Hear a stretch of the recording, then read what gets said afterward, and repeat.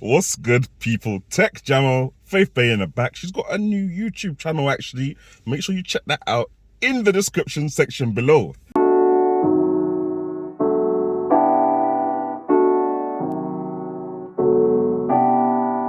Anyway, we're out here with the Honda E. I want to show you guys a little bit about the adaptive cruise control, the automatic autopilot kind of thing, because a lot of people have been asking me and I've just literally not done a video somehow about it. So Faith Bay is going to be on camera and yeah, I'm going to try my best to show you, I guess.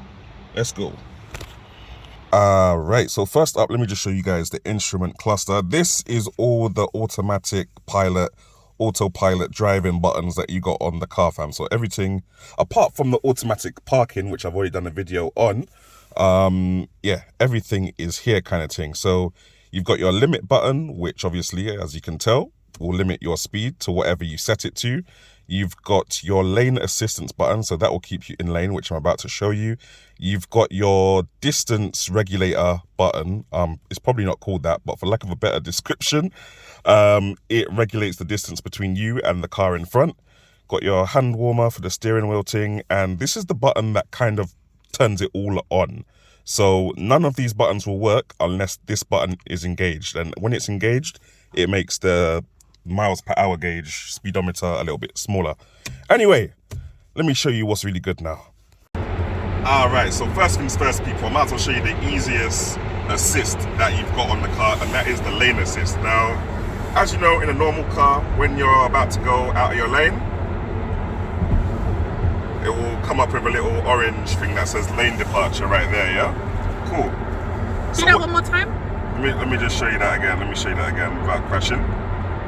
And do it on the hard shoulder. There we go. Yeah. See, so it tells you that you're about to go out your lane kind of thing. Usually starts beeping actually, but for some reason it's being humble.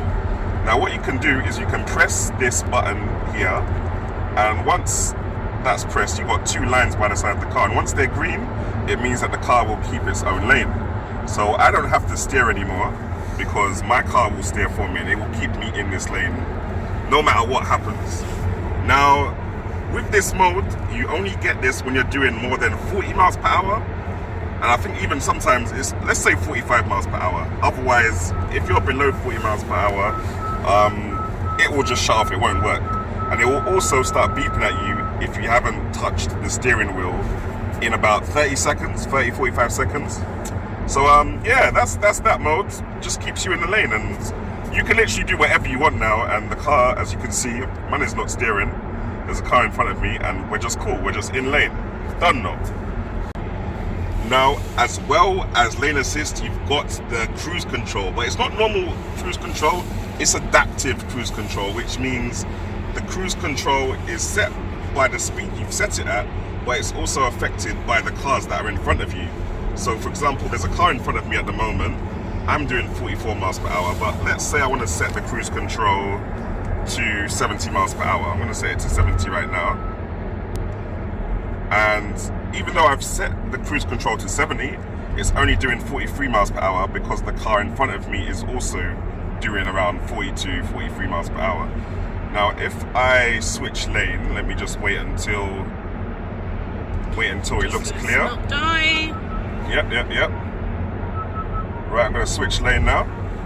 Now that I've switched lane, my car is now going to follow this red car in front of me, which is also slowed down now. But because this lane is going a bit quicker, my car is also going a bit quicker. And obviously I'm not even touching, I'm just covering the brakes obviously, but this is all cruise control, it's all automatic. This lane is also quite slow now. I might have to go into this lane to actually get some speed going. But we'll wait until it clears up a bit. Right, man is changing now. There we go. So now that I'm in a little bit of a faster lane, my car will follow the car in front until it gets up to 70 miles per hour, at which point it will just keep that speed. Now, the only way that will be affected is if another car comes in front of me and that car is doing less than 70 miles per hour, and my car will slow down to match the speed of the car in front. Now, there's another car indicating in, and as you can, I'll show this to you later anyway, but it's shown me that another car came in front of me and it started slowing down a little bit. Right now, the nearest car in front is this black car that's just come in front. and that's doing 70. So we're picking it up right now. We're picking up to 70. It's all good to go. And I've also got the lane assist on, so right now it's keeping me in lane and it's just following the car in front. And I can adjust the speed by pressing the plus and minus buttons on the right hand side. So yeah, no, it's all good. Oh, it's just moaning at me because I haven't touched the steering wheel in a while. Touched it now. There we go. So what happens if someone breaks in front of you?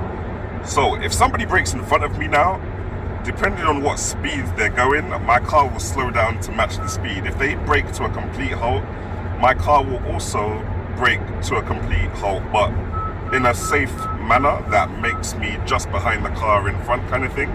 So there's like a safe bit of stopping distance. So what I'm going to do is I'm going to show you when it gets to the 50 miles per hour section of this motorway, you'll see the cars start to slow down as the cars in front of me start to slow down. But if the cars in front of me are doing 70 miles per hour in the 50 miles per hour zone, my car will also do 70 miles per hour in the 50 mile per hour zone unless I manually set it to go at a maximum of 50 miles per hour. Alright, now it's happy, it's doing 70 miles per hour because it can't detect, well, it's detected, it can't detect another car in front of me at the moment. So that white van, I'm not sure if it's coming up on the camera, I'll try to zoom in, but that is currently out of my car's range. Alright people then, so we're about to get to the 50 miles per hour zone. Currently my car is going at 70 miles per hour and it has detected that there's a white car in front of me. But that car should slow down soon. Okay, that car just got out of the lane. Right, so the cars in front of me started slowing down. This orange car is just intercepted. My car has realised and it's braking quite harshly now. But because the car in front has broken to like 50, 45, that was quite scary actually. That was very scary. That was very scary because it's broken. It's now matching the speed of that car in front. However, normally what you would do is you would just automatically press these buttons down. You can also hold the buttons, the speed adjust buttons, hold them down to get like intervals of 10. So you can go from like 60 to 50. I keep it at 60 though, just in case, people are catching up and stuff like that. But no, it's all good. And you've got the interval mode as well, the follow interval. So right now it's at maximum interval. That's the distance that is keeping between this car and the car in front. Now I'm gonna put it on the minimum distance. I don't usually do this in the rain, but I'm gonna put him on the minimum distance. So as you can see, my car's speeding up now to close the gap between my car and the car in front. And I think it's probably gonna hold it about here. So yeah, this is the minimum distance that you can have between your car and the car in front when it's in automatic cruise control. Now that car's gone out of the way, my car's probably going to speed up until it gets to the white car in front. Now I don't like this kind of minimal distance, especially not in wet weather, because one, we're relying on the car, and two, it's wet weather, so the reactions are obviously going to be slower. So I'm going to put it back on the maximum interval distance. There's a car coming up behind me. They've got two different types of limiter modes. So they got one limiter mode where you can set whichever limit you want manually, and yeah, no matter how much you press the brake pedal, unless you're flooring it, the car will stay at whatever speed limit you've set. Then there's an automatic speed limiter mode, which basically looks at any speed signs that you're passing and it sets your limiter according to the speed signs that it sees on the road. Now this is quite a cool mode. It works quite well. However, there are a lot of roads I found that don't have speed limit markings on them. And if you're on a 20 limit road kind of thing, and you go onto a 30 limit road and there's no signs, as there quite often is in the UK, your car will stay at 20 miles per hour, which is annoying. Now, unfortunately, the speed limiter mode does not work on the cruise control, so you can't set it so that, let's say if you're cruise controlling at 70, the car will not automatically see a 50 sign and start cruise controlling at 50. So that's one thing to bear in mind. So now we're in the city, using stuff like lane assist, it's just not going to happen because you never go above 40 miles per hour, rarely anyway. So it is just what it is right now. We're not going to go any faster than this. However, I can put the cruise control on and it will cruise behind if there's lots of traffic and stuff like that.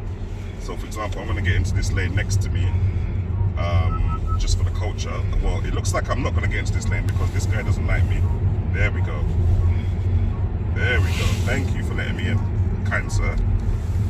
Now I'm going to use cruise control behind this car. And although I've set my cruise control to 30 miles per hour, my car is just going to slowly come to a stop. I'm just going to show you when it comes to a stop. There we go. That's it right there. Comes to a stop and it starts crawling behind the car. Now, if this car leaves in time, let's see what happens. Yeah, it's moving forward a bit. And my car, yep, it's going to start following it as well. So it will just follow it slowly. If it stops for more than like 5 seconds, then my car will also stop. And the only way for me to start it up again is for me to either press the up button on the speed limit thing or for me to press the pedals. So right now it's at a roundabout. It's all good, but because it's going to shoot off, my car's going to be like, oh, there's no car in front. Let's go 30 miles per hour. And it will just drive off the roundabout. So there's stuff like that you got to be careful of. But in bumper to bumper traffic where there's no roundabouts or anything like that, you're pretty much good to go, really. So, you know, you don't have to do any footwork. If you're waiting in hourly long traffic and stuff like that, you can just put it on cruise control and have it crawl behind the cars that are in front of you. So I think that's actually quite a pretty useful feature, especially at low speeds. I've been talking too much, guys, but that pretty much sums it up. That's the automatic pilot, autopilot, whatever situation with the car.